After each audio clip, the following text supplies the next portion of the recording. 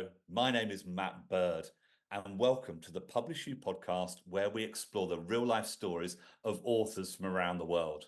Today, I'm talking to Sharron Frood from London in the UK, who has written a book called Yellow, the Colour of Hope. Sharron, you are very welcome. Thank you, Matt. So you're a person of many talents and abilities and interests. So I know you're actually a doctor, aren't you? An academic doctor, and you're very involved in a charity in South Africa, somewhere that I love. Tell us a little bit about you. Morning, Matt. A bit about me. I always say to people, I currently work as a lecturer in a London university. I love the discipline of academia. I love watching other people and being part of other people achieving. But the passion that is closest to my heart is the charity that I founded and still oversee in Port Elizabeth, now called Gupera, in the Eastern Cape in South Africa. Wow. And what is it you lecture on at university? Child health and research methods. So very much part of assisting people with their master's degree, relating essentially to child health or improving health outcomes for children in the Yeah. United So Kingdom. actually, there is a link between your academic work and your charity. Is your That's charity involved in child health, I presume? Yeah, it is. So they both interconnected, Matt. I moved to South Africa. I'm a children's nurse by background. I Yeah. trained at Great Ormond Street Children's Hospital, Wow. and then I moved to South Africa to start working in the townships and formed the charity as a result of that, and then progressed to do an honours master's and PhD, all related to looking at how to Mm. improve care for children in these communities. Yeah. How long did you live for in South Africa for? So I was there for from 1998 until 2014. I Wow. travelled a lot in that time. So when I was doing my PhD, I lived in the UK, Mm. but then travelled to and from South Africa Yeah. to undertake the research part of that Yeah. degree. Yeah. So actually South Africa is part of who you are, isn't it? Having It spent certainly 16 is. years there, I mean, I visit regularly and I feel it's a part of who I am. So I can only imagine living there for 16 years. It really is, a part of who you are. And what's the name of the charity, Sharon? So it's called the Gogo Trust. In the local language, Xhosa, Gogo means grandmothers. So essentially, the book is about visiting widows and orphans. And grandmothers are essentially the backbone of these families and have taken in their grandchildren because most of their children have died, unfortunately, of HIV/AIDS. Gosh. Mm. So the charity works with grandmothers Yeah. to So work with their grandchildren. correct. Yeah, Wow, because the mothers have died of HIV, AIDS, did you say? that's correct. Yeah, yeah. Gosh. Yeah. So we have two prongs of the work that we do. One is where we look after widows who are living in the townships and resource them to be who they need to be in their township communities, and they work from their homes and occasionally they get together. And then we have a home visitation program for children. So children living in granny-headed households, we visit them every month, provide food parcels and pay school fees and things like that so that they can also become who they are supposed to be in the new South Africa. Yeah. Wow, it's incredible work. Mhm. And what has what just give me an example of something that you've researched Mm. that's affected your work in South Africa. Give me an example of where the academic research and the praxis on the ground of what you do has informed each other. It's a really great question, Matt. I think when I initially started my master's degree, I realised that lots of the government policy is top down. It's a top down approach and not directly informed by the lived experiences of children who live in these cycles of unending poverty when they become orphans in these vulnerable communities. and so felt very much that it was important to just give voice to their story. So did that through my master's degree, where I was able to tell the lived experience of these children and begin to then propose solutions to the local health and social development policymakers and managers to improve care and support. And I think that what I realised is many of the answers to these overwhelming challenges, they lie in persons already experiencing these lived experiences. These children know what they need and they know what needs to happen. So just telling their story was really a privilege. Yeah, yeah. And so now you've written this book, Yellow, the Mhm. Colour of Hope. It's a lovely title. Mhm. Why is yellow the colour of hope? Let's start there. I was visiting some friends in Northern Ireland over the New Year, and it was just before starting your course, Matt, in January. And I went to the beach in the morning, and they do this cold water swimming, which is hilariously funny. They sing to try and get their mind off the cold water. And I watched the sunrise, and I just had this thought in my mind: if hope were a colour, what colour would it be Mm. for me? And I just thought, for me, it would be yellow. Mhm. If hope were a colour, what colour would it be for me? Yeah, Love that. I yeah. really love that. Profound.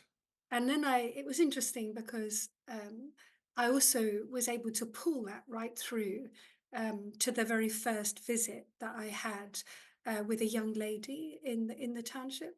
Yeah, And maybe I wouldn't say too much because read the book. yeah.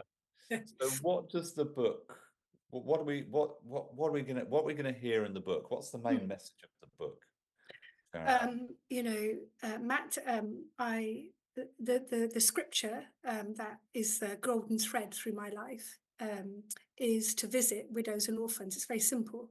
Yeah. And so the book is about visiting widows and orphans. It's about bringing to life in words and story, and in the own words of the children and some of the mamas, Mm, um, what it's like to live in the township communities, and their stories of tremendous adversity, but also beautiful, unending, full hope.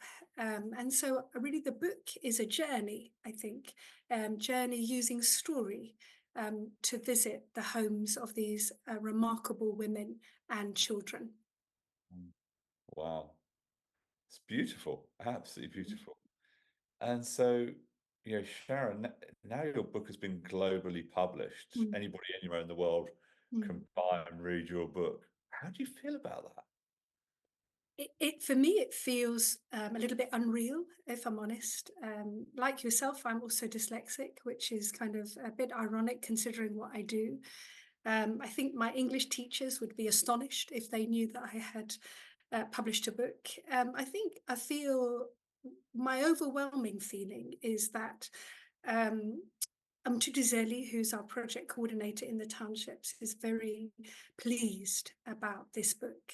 And I think that I feel immensely proud to see the names of my mamas, the children, and Tuduzeli in print. Mm, That's my overwhelming yeah. feeling, and hoping that I've been given enough, that there's enough credence to their humanity, their faith, their remarkable lives, and who they are to their communities and who they are to me. Mm, So I feel humbled. Would that be the right word? yeah, yeah, yeah. I think I think that would be a good word. And maybe that you've also honoured Yes, that's a these good word. people Yeah. as well. Yeah, I think, I think I will never know. I've worked in the townships a lot. I've driven into the townships for years, and but I'll never know what it's like to live there, even though I visit the homes of people. I'm white. I didn't never went to bed hungry as a child. And I think that, yeah, I think just to to know that their names are in print and that their story and our story together has Mm. been told is just it's just a beautiful experience. Yeah, it is. Now, you mentioned the course that you did with me. I mean, you Mm, started the course in January, and mm. now your book's published. It's quite an achievement for a year, Sharon. You've done really well. Thank you. What was it that you loved so much about the Writing My Book course? Um, like Matt, I think I've communicated this before. I think I've really appreciated your encouragement. I think you're a natural encourager, and really enjoyed the space with my cohort where Mm, you continually encouraged us all. That was a huge gift. I'll never forget your first introduction to us was, I need you to trust the process. And it went against all the things that in my mind I'd been taught. And so it was a discipline for me to trust the process. But I really enjoyed the process. I enjoyed the way that you led us through that. I quite enjoyed the challenge of having to write 5,000 words, 6,000 words a week. mm, I didn't win in that challenge in my cohort. Somebody else did, but it was good to have the encouragement of that. And I think listening to the authenticity of other people's struggles and challenges maybe in the process. But I think your way of teaching is unique. I think the course provides an excellent space and opportunity to write. I think you do that very well, and I enjoyed the structure of it yeah, as well. yeah. Thank you. Oh, it's lovely to hear. Um, so you've done the course. Your book is published. Mm, Anybody anywhere in the world can buy it. mm. Um, what's your What would you dream the impact of your book is, Sharon? I think two impacts really. I think one would be to for people to be moved by the stories of these remarkable women and children. I think that Mm, would be the first thing, and to raise, I guess, the profile of the Google Trust. mm. And secondly, I think to inspire people to visit widows and orphans. Yes, yes, absolutely. That's it. Beautiful. Yeah. Well, I think that's actually a beautiful way to finish. I was going to say to you, have you got a last word? But I think it's to visit widows and orphans. Yeah, that's it, Matt. Sharon, thank you. Thank you so much. And thank you all for listening to the PublishU podcast featuring genuinely the real life stories of incredible authors like Sharon from around the world. If you're interested in becoming an author too, then please do visit our website, www.publishu, the letter u.com, publishu.com. And if you've enjoyed today's broadcast, please do subscribe so you can listen to more. And finally, simply thank you for joining us, and goodbye for now.